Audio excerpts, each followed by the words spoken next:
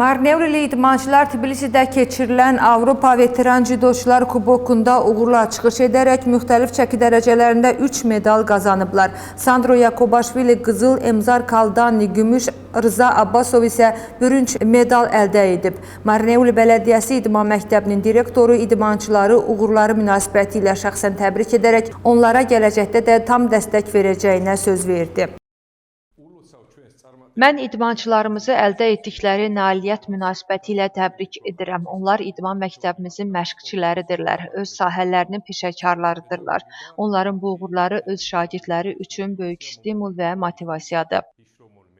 İlk öncə çempionumuzu və mükafatçımızı təbrik edirəm. Çox yaxşı iştirak elədilər.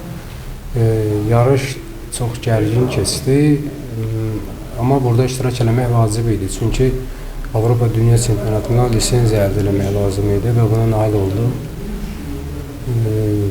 Meriyamızın və idman komitəmizin dəstəyi ilə Avropa Çempionatına hazırlaşacağıq və oradan ümid edirəm ki, bundan da yaxşı nailiyyətlə qayıdarım.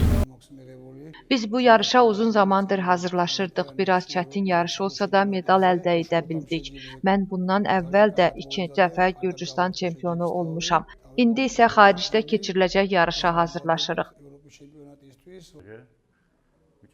Mübarizə çətin olsa da öhdəsindən gəldik. Mən həmkarlarımı ürəkdən təbrik edirəm. Növbəti yarışda daha yaxşı nəticələr göstərəcəyimizə inanıram.